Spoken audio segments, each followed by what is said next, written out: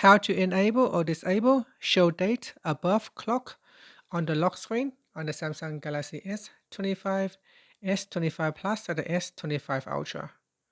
First, tap on the home button to return back to the home screen. Now from the home screen, touch and hold on an empty space, an empty spot. Here, tap on Wallpaper and Style. Next, tap on the left-hand side panel. From here, tap on the clock panel right here. Next, tap on Style, tap on the Style tab. Then we go down and tap on Show Date above clock. Tap on the toggle button to turn it on or switch it off. When you turn it on, the date will be positioned at the top of the clock. If you switch it off, the date will be displayed below the clock. And that's it. After that, you can tap on the back key or tap on the home button to return back to the home screen. Thank you for watching this video.